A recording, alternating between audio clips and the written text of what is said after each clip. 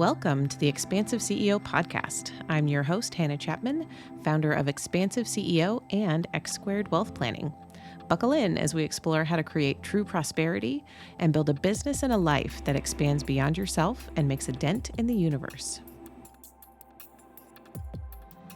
Welcome, everyone, to this episode of the Expansive CEO podcast. I am your host, Hannah Chapman, and we have another Investment Friday episode for you. Today is November 21st. We're recording this on November 21st at about 3:45 p.m. Eastern Time, just to give a timestamp to it for release on Friday, November 22nd. I am here this week with Brad Haines, Chief Investment Officer of Juncture Wealth Strategies. Brad, what's up, man? Good afternoon. Just getting ready for Thanksgiving.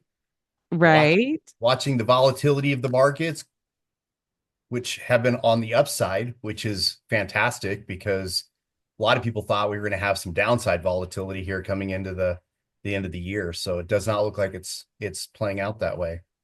Right, which we're going to get to. We're going to talk about that. But first, Thanksgiving, right? We've got the whole season of spend really starting. Thanksgiving is next week in the United States, next Thursday. And we've got what traditionally has been Black Friday and Cyber Monday following on the heels, which over the last few years, I can't remember if we talked about this last year, the Black Friday deals have not been dealing very hard, right? People are like showing, recording TikToks and whatnot of like peeling back look at the special price, and it's actually not different from what it was the day before. Yeah, it's like Um, 10% off as opposed to 50% off, which they used to do. right, those 50, 60% off, like the loss leaders to get people in the store. It's not really happening anymore. Kind of in general. So yeah, first, that's a different topic. I didn't mean to throw at you, but I'm curious what you think or see about that in this, traditionally kind of the high spending time of the year, this end of the year here before Christmas. Yeah, that's a great question. And I will point to two examples. One, yesterday, Target reported their earnings and revenue, or their earnings and the revenues for the prior quarter, and they sold off about 20% in their stock price because what they reported was not good. They Mm. they just didn't. They were not looking too good. Now again, Target is a little higher end in certain areas, and their prices are a little higher. Compare that to Walmart, that is known for rolling back their prices and being kind of the low cost provider of goods and services to the communities they serve. And they actually have said, hey, we actually have more customers than we expected. So Walmart's doing quite well relative to a higher end Target, where they didn't capture that customer base nearly as much as they had hoped for the prior quarter. So what that could be interpreted saying is the customer is scaling down. They're going from more higher end retail shops to some lower end, more cost conscious shopping, and Walmart's benefiting from it. And Target, Kroger, or not Kroger, Target and Kohl's, those types of shops may not do quite as well. Now, on the flip side, the luxury brand retail shops are actually doing okay as well. So it's this barbell effect between the luxury brands doing okay, and the lower end is doing fine. It's in the middle where people are the companies there are really struggling. Interesting. Okay, so we will kind of pay attention to that over the next 6 weeks or so. Yeah, especially, and we'll talk about it here on the podcast too, right? So we do typically see December is usually a pretty good month statistically, right? Yes. Now, one of the things that's an oddity is normally we have one more week between Christmas and Thanksgiving. Oh, So we have a shortened holiday between the two. And so uh, people have got to start anticipating and getting out and shopping. So whether that bleeds into next week, where we start doing our Christmas shopping a week early, or people just really load up on Cyber Monday and Black Friday, in filling up those baskets. So we'll see. Right now, the consumer has been pretty strong year to date, much stronger than I thought they would have a year ago at this time. I thought we were going to have a slowdown in the mid year. We did not, and so consumer's been pretty strong. So we'll see how they finish the year out. Well, I, for one, have bought zero Christmas presents, and I have three children and a husband and two dogs. So plenty of people to buy presents for. So literally, Adam and I just were talking about that a little bit today. So we'll be probably in that camp of getting it all done quickly in the first part of December there. So we will be supporting the economy. You're welcome. Fantastic. I know we will as well. Well, that also ties into some of the market update that we have for today. Since election day, the day after, really November 6th, we've seen a pretty nice increase in the market overall. We've had some volatile days up and down. We've had a couple of down days, but overall, we're seeing higher prices on all the indices right now. And what we wanted to talk about today, for the most part, is kind of how the markets trade. They trade on the promise of what's happening. So we're seeing this lift on all the promises that we've heard, that companies are, maybe excited about, lower corporate tax rate, different things like that. So we're seeing this lift in the stock market, but they also then are pricing that in, right? Like that's what's happening. They're future projecting that things will be better. That's how the stock market pretty much always works. It's, do we think things are going to be better in the future or worse? And so when we think things are going to be better in the future economically, prices rise, stock market rises. And then when do we have corrections? When do we have volatility?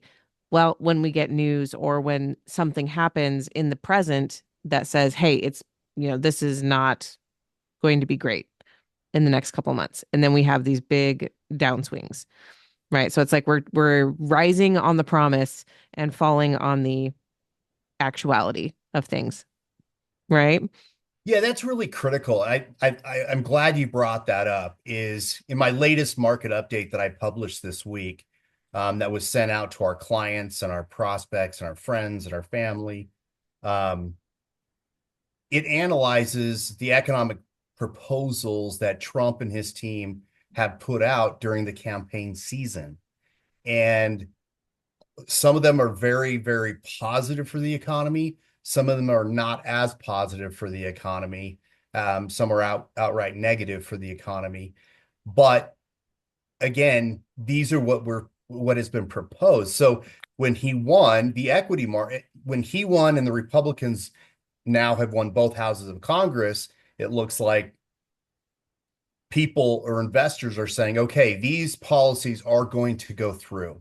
And so what happens? Corporate tax rate falls by 7%. That's a pretty big cut in corporate taxes. What does that do? It increases earnings right away. And it particularly helps companies like the small caps that are, maybe slightly negative, slightly positive. It really does help them pretty significantly increase their earnings. So you see this big jump in equity prices. Now, what I would say is the equity market has discounted a lot of that really good news already. Mm. And so when you go to the implementation side of things, it becomes a little more difficult because implementation is never as easy as proposing something, right? Implementing, you have to get people on board, they have to sign off on it, and it just becomes more difficult. The proposals may get delayed. Um, you know, uh, so for example, Matt Gaetz today just stepped down from being considered for the attorney general. Well, he's a Republican and should have passed muster with the Senate. Clearly, we all know that he was under ethics investigations and as a member of the House of Representatives. And so there were enough senators that were pushing back that he decided to withdraw his name from consideration. So that is a great example of a proposal that was easy to propose, but very difficult to implement. Yeah, and that's interesting to the way, using that as an example because as you said, from a Republican president to a Republican House and Senate, putting forth a Republican congressman, right? Like on very, very surface level, you're like, oh, that should be rubber stamped. That should be easy. So it's honestly for me as a citizen feels good that there's we are passing scrutiny through these like, hey, wait a second, should our attorney general be under investigation? Probably not. So let's push back on that one, right? So what we're seeing, like you're saying, like right out of the gate, is that we're not necessarily rubber stamping all of the appointees, um, as maybe you know Trump might have expected. So that also could say that, hey, we maybe aren't going to see things push forward super quickly. Maybe we're not going to see things pushed forward under executive order. Well, here it is, figure it out. Executive order, I said it, we're going to do it. Well, hopefully we'll get that scrutiny, that pushback that keeps things keeps a rein on things. Like we're not, it's not wild horses running free. No, and that's how our government was designed, right? Checks and balances on um, every part of the government, right? The judiciary watches over the executive and the legislative. Legislative creates the laws. The president then either signs them and enforces them. So it's a give and take, and there's checks and balances. Now, you know, I think it's important to understand that with all the proposals that are going through, some of them can be very, very good for the economy, and some of them could not be good for the economy. But it really depends on what Trump does to implement and the timing and the details of that implementation. Um, none of this is going to be done day one. It just isn't. It's just a lot of what's going on is he's rewriting some of the rules. He's rewriting some of the immigration laws. He's going to be rewriting, or he's going to be extending tax breaks. He's going to be giving new tax breaks um, to some types of income. All of those things are meaningful, but they all take time drafting uh, laws to do that. I think the easiest thing, which I'm not sure he'll get any pushback on, is just making the current tax rates permanent. I just don't see him. I don't see the Democrats giving him too much trouble on that, since it's already the current law. And exempting tip income and Social Security benefits really is not that much of a revenue producer for the U.S. government. And at least for tip income, the rate of compliance is so low that you're not even getting tax revenues on most of that income anyways. And So it's on audit. that one though, hold on. I want to ask what your opinion is on this because one of the things that I've seen people say is that, okay, well, if tips are not taxed and that goes through, what's stopping businesses from tipping their CEOs instead of bonusing them? Um, well, okay, so tips are coming from your customer, not from your company, right? If you're a bartender, your tip is coming from the person you serve, not your restaurant that you work for. Okay. So it's a very different type of mechanism. Um, Up until the last couple of years, tips have generally been in cash. Okay. Hmm. Now it's different a little bit now with Venmo and with all the online payment systems that we use online. that we can just pay with Apple Pay or Google Pay or whatever, and it's super easy to just do it on our card right there. Those those are becoming more compliant because it's seen. Right. It's in a receipt, your company sees it, then the company now has to divvy that out, and that becomes a higher rate of compliance, but still not enough to generate much revenue on, particularly since uh, people know service industries typically don't make a tremendous amount of money. I mean, there are certain ones that do, so please don't hammer me if you are a bartender and you're making lots of money, because there are definitely some of those. But in the average, I would say they're probably not making as much as as is required for the IRS to audit. So you don't think that there is really a possibility of that translating into other ways where we'll have No, less tax revenue on things that are currently being taxed, like bonus income. yeah. No, bonus income is a very different tax treatment, always has been. Same with commissions. So the IRS views those very differently from a tax perspective. And from a revenue perspective, i.e., the taxes received on commissions and bonuses are much higher than they are in tip income. So, and Social Security benefits, the average person, the retirees receiving those probably need to not pay taxes on them. I don't know if anybody's taken a look at how much Social Security benefits are, but they're not very much. And Right. so, if that's your main source of income in retirement, that's a problem, and they probably do need a little reprieve from taxes so they can catch up with the cost of living. Yeah, that one does make sense to me, because if you at certain income thresholds, if Social Security is your only source of income, then you're not meeting the income threshold for any of it to be taxed. But a lot of our clients, a lot of our clients, have IRAs, right? Like that's like a piece of it. So they have to take money or they do take money out of their IRA, which then increases their income. And then it could cause them to, have 50% of their Social Security income be taxable. And if you have enough income even higher than that, up to 85% of your Social Security income can be taxable. But that one has always, yeah, kind of like that's been a tough one because you've already paid taxes, right? And you've already paid into it. Right, you've already paid into Social Security. That you already paid the tax, and so Yeah. yeah, that one's always been like a do we really need to be doing this? Yeah. Uh, And I think there's other ways they can get tax revenue if that's what they're really trying to go after.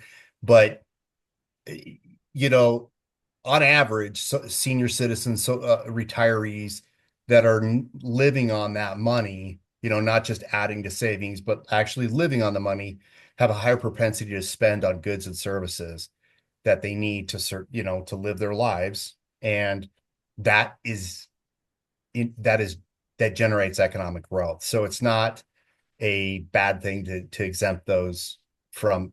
So again, I don't think any of the proposals that Trump's going to put out on the income tax front, I don't think he's going to have much pushback on that. Now, corporate taxes, I think he might have some pushback from many of the Democrats saying corporations should pay their fair share. Why are we giving them a tax break? It's a tax break for the billionaires, when it really benefits all companies that are paying taxes in the United States. Whether that generates economic growth will remains to be seen. Historically, it has. Um, but again, we were at much higher rates. So how much does going from 35 to 21 is a bigger impact than going from 21 to 15. mhm. So it remains to be seen how much of an impact that has in terms of economic growth. Um, if they get that through, then we'll definitely have to see. Well, and then one of the other bigger proposals that we've talked about on the podcast too, is the, proposal to deport all illegal immigration, like just get rid of, deport so many millions of people, um, that it would negatively impact the economy, right? Like those people that work in agriculture, that work in construction, that work in um, hospitality, you know, like all of these industries actually rely fairly heavily on undocumented workers. And we can't afford, right? As an economy, like we truly can't afford to just erase that many millions of people. Well, no, I think what you're bringing up is exactly correct. So it's estimated to have 11 to 12 undocumented workers or people in the United States, 11 to of 12 which million. 11 million. Well, you said 11 to 12, so Yeah, 11 to 12 million? million. Yeah, Okay. 11 to 12 million. Of that, 7 to 8 million are workers. Okay. So there are, you know, family members that may not have jobs or what have you, but it's estimated 7 to 8 million of those undocumented individuals are working in the United States. Okay. Just to give you some math, it's estimated 12 to 14% of the construction workers are undocumented. Okay. 41% of the agricultural workers are undocumented. So this is where I say the implementation and timing details really matter, because if Trump comes in 1 year, gets rid of 11 million people, that's going to have a very, very different impact on the economy than if over the next 10 years, we deport a million people a year. Okay. Very different economic consequences from those two implementation plans. My guess, and again, he said a couple things, but my guess is either through the courts or through legislation, they're going to slow that implementation up, that deportation implementation. Um, and so we'll have to see how that rolls out. I'm sure there's a priority list of who he wants to deport first, meaning, criminals and gang members and those type of individuals go first, and then getting down to the people who are undocumented, working, having taxes, they're paying taxes, haven't committed any violent crimes or drug crimes, and are just living their life. My guess is they're at the lower end of the priority list. I'm also guessing that even though they haven't announced, that they're going to have some kind of temporary residency for some of these individuals, who again are essentially obeying the laws, with the exception of being an undocumented worker in the U.S. So uh, we'll see how it's all implemented. Um, I think the narrative and the media is going to really play up to, you know, using the military to deport people, um, setting up detention centers, deporting people.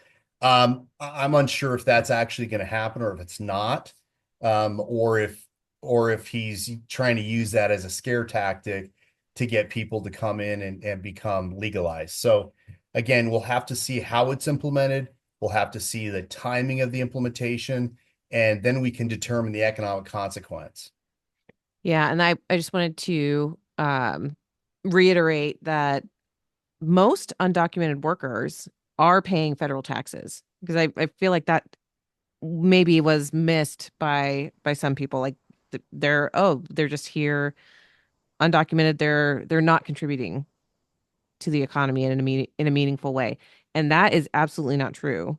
They, like most undocumented workers, pay taxes through what's called an ITIN, an individual taxpayer identification number. So they don't have a social security number. They don't pay into Social Security or Medicare, but they are paying taxes through their ITIN number.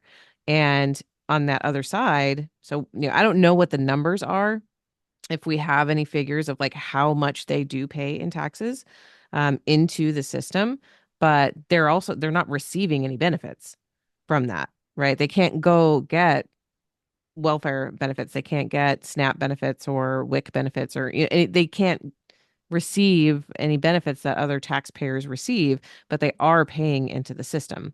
Are you looking it up right now? Yeah. So I don't know if this is true or not. So Okay. forgive Caveat. me if it's wrong. It says undocumented workers using ITIN numbers paid $60 billion in federal and 13.6 billion in state and local taxes in 2022. So that's a couple years old, but that's, 60 billion in federal and 13.5 billion in state and local taxes. That's not insignificant. That's a lot. That's more than I would have imagined. That's a hefty number. And I mentioned that because last week on the podcast I did talk a lot more about tariffs and talk about, if we are reducing, we talked about the corporate tax rate, if we're reducing taxes and locking in lower tax rates for some higher wage earners especially, that's reducing revenue to the federal government, right? That's reducing our revenue streams. What are tariffs? Tariffs are one way that replace tax revenue, basically, right? It's literally like just a swap. Okay, so now we're paying lower taxes, but now we're paying tariffs, and that's gonna make up some of that revenue gap that we need to run the government.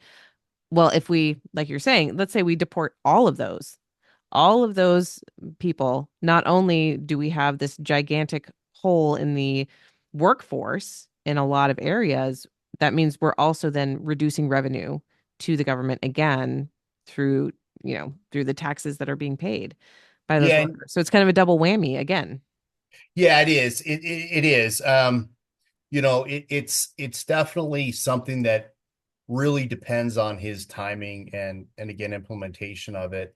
I just looked up the estimated combined income of all those households is about $330 billion a year.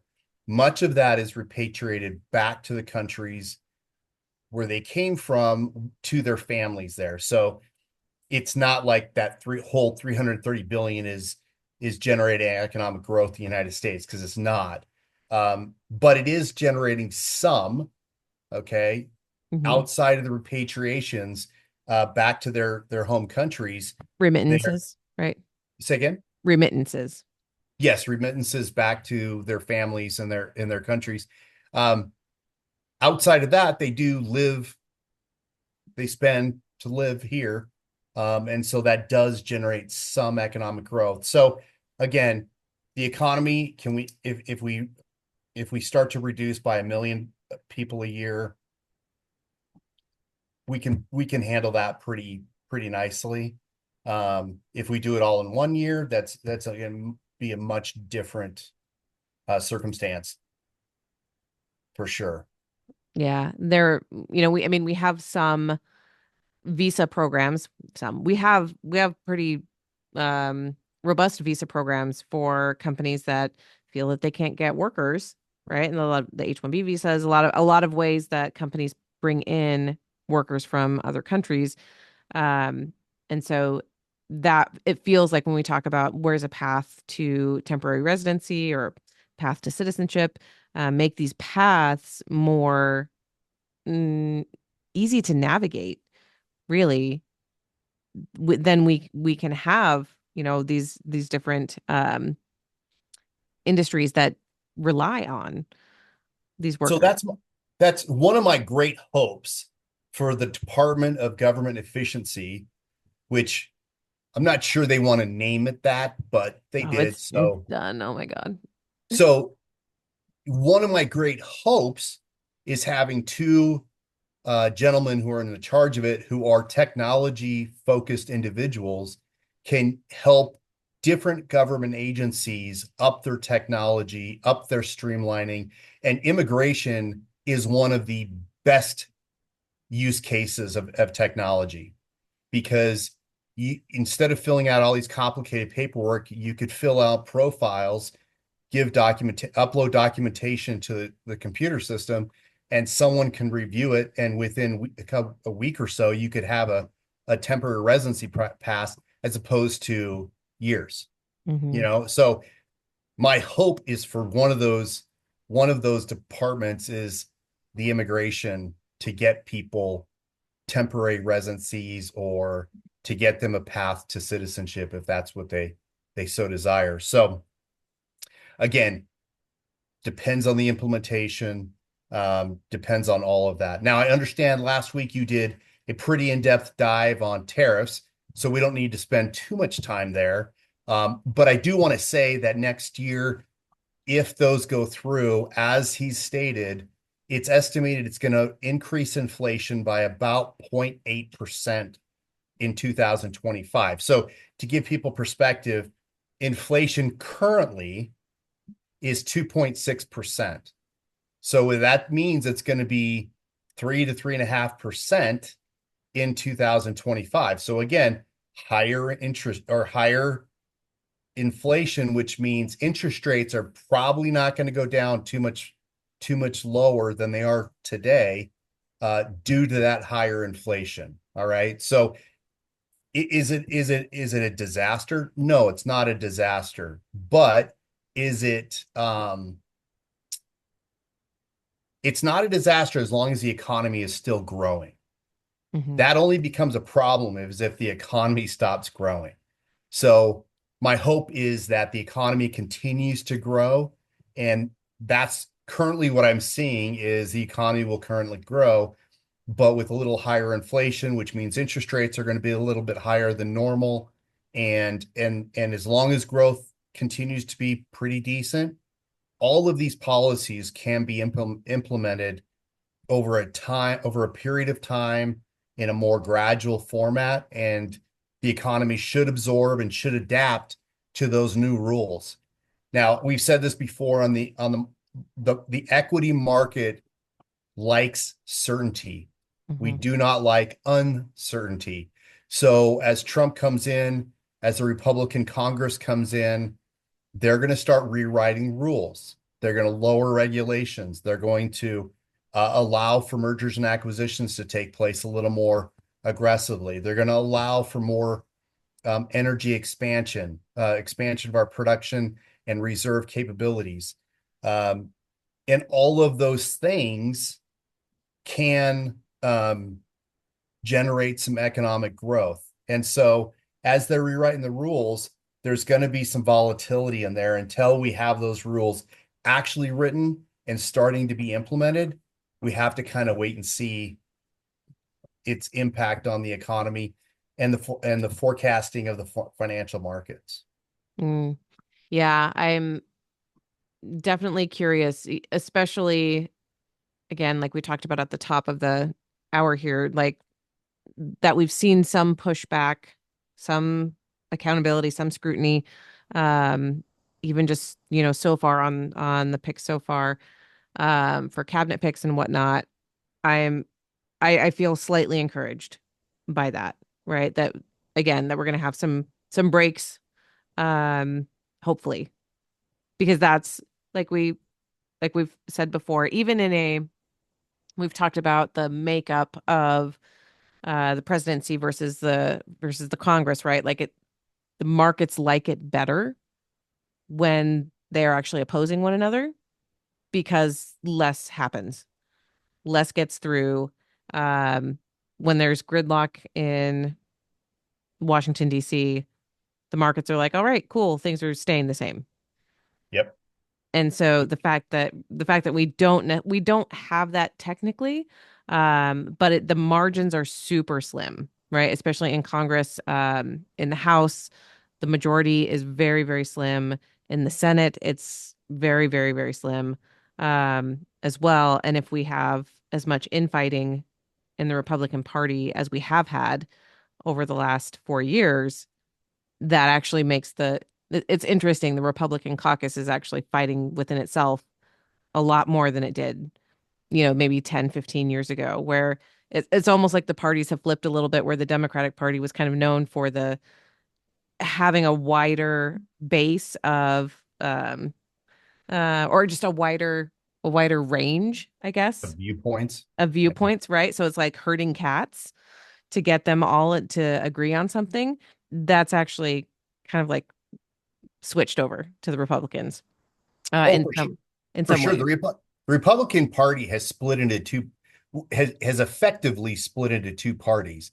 The Reagan Republicans, which are kind of what you remember as the traditional Republican Party, and then the MAGA populists, which are many of their policy positions are not at all Republican, Right. which I think is funny because they use the term rhino, Republican in name only, um, to cast an aspersion upon one of the people that they're going against, who is a Republican, and yet their their populist platform is not at all Republican.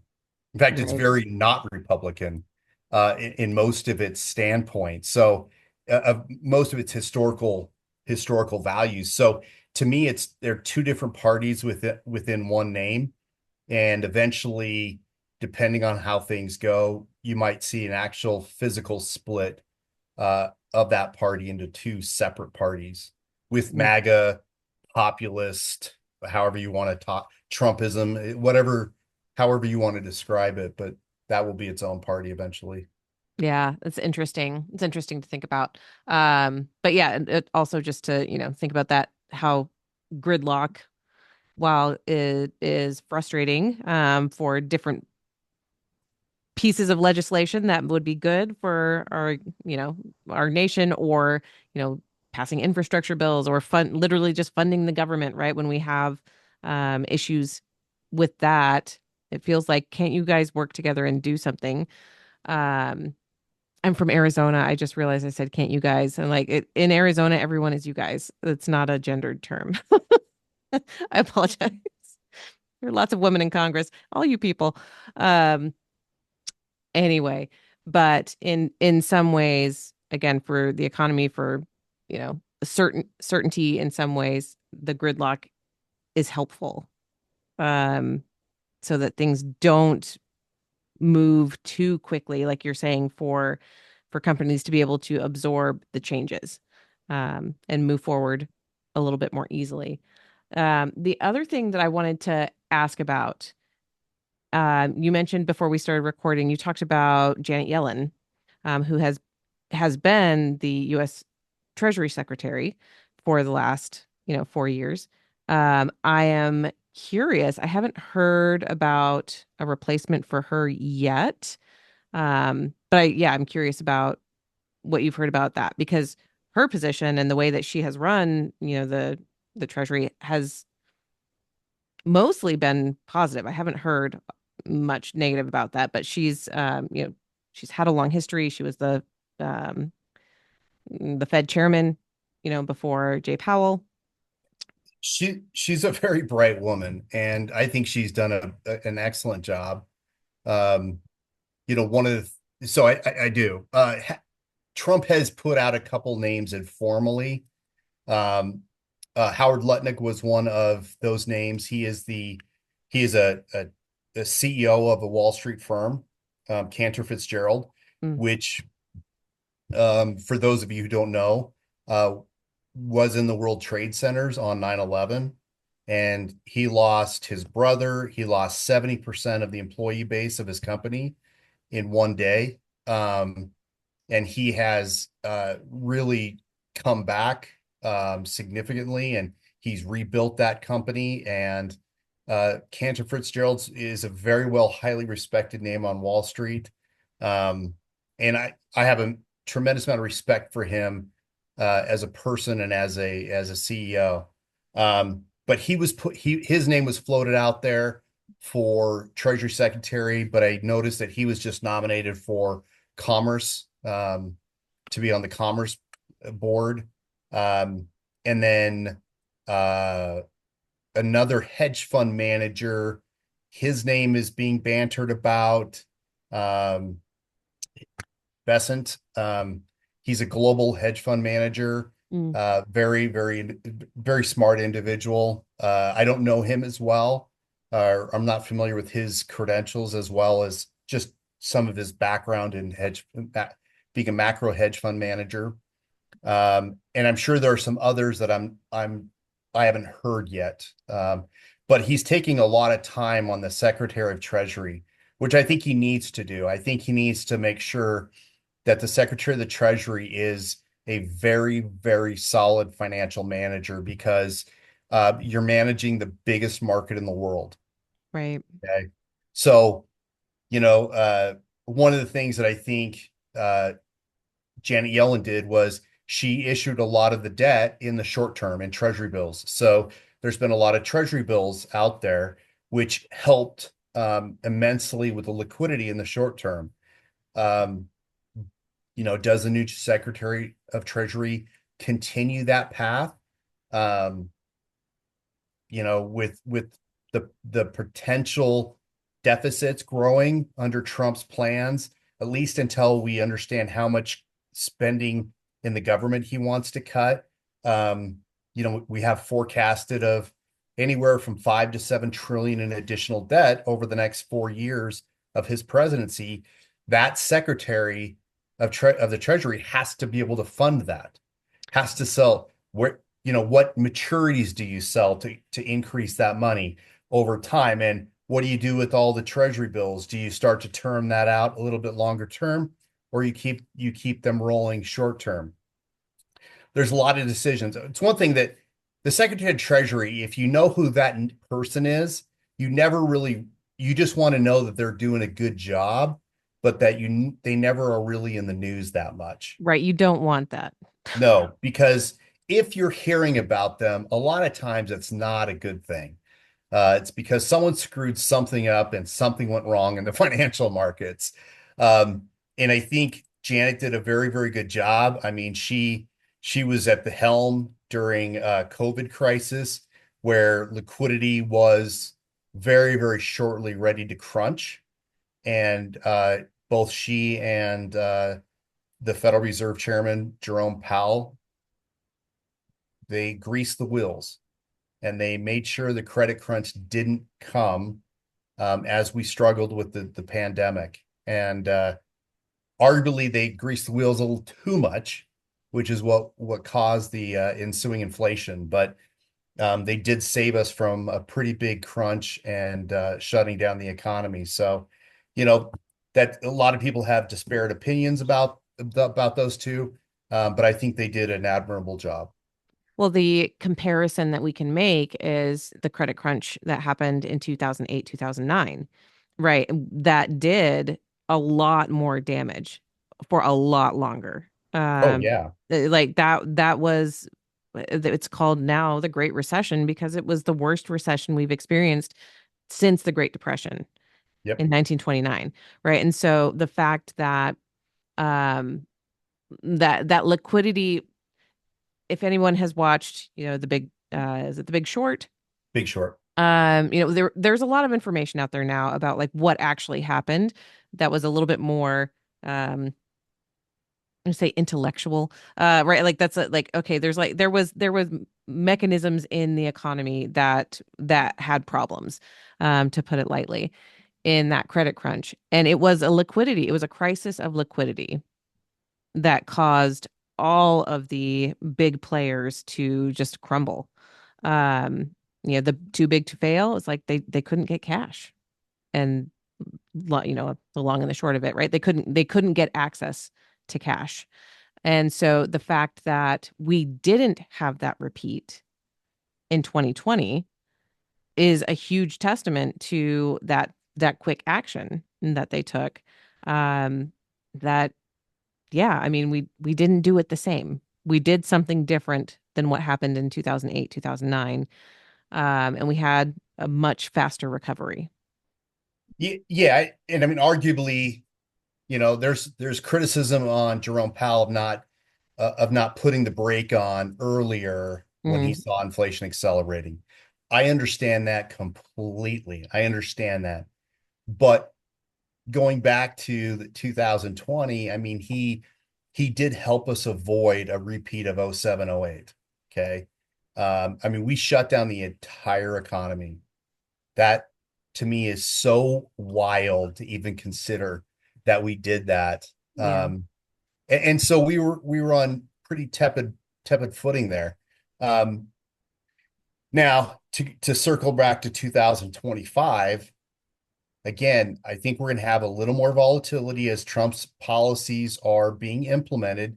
They're not going to be implemented as easily as people are assuming. The current equity market is running up based on those promises, based on their forecast of the benefits of all of the economic proposal Trump and his team have put out during the campaign. And so it's kind of like buy on the news, sell on the fact. I'm not recommending anybody sell. What I'm saying is we've ridden this wave in equity prices since November 5th. We might experience some volatility as the implementation gets snagged up on different things. So I don't see it being a real problem, particularly as economic growth is still really solid in the US. In fact, we're the shining star in the global economy right now. And so I think we're going to do fine, but I think we're going to have some little bumps in the road here and there where the equity markets are going to go up, go down, go up, go down. But generally, I think you're going to have a decent return. My guess is somewhere in the single digits next year.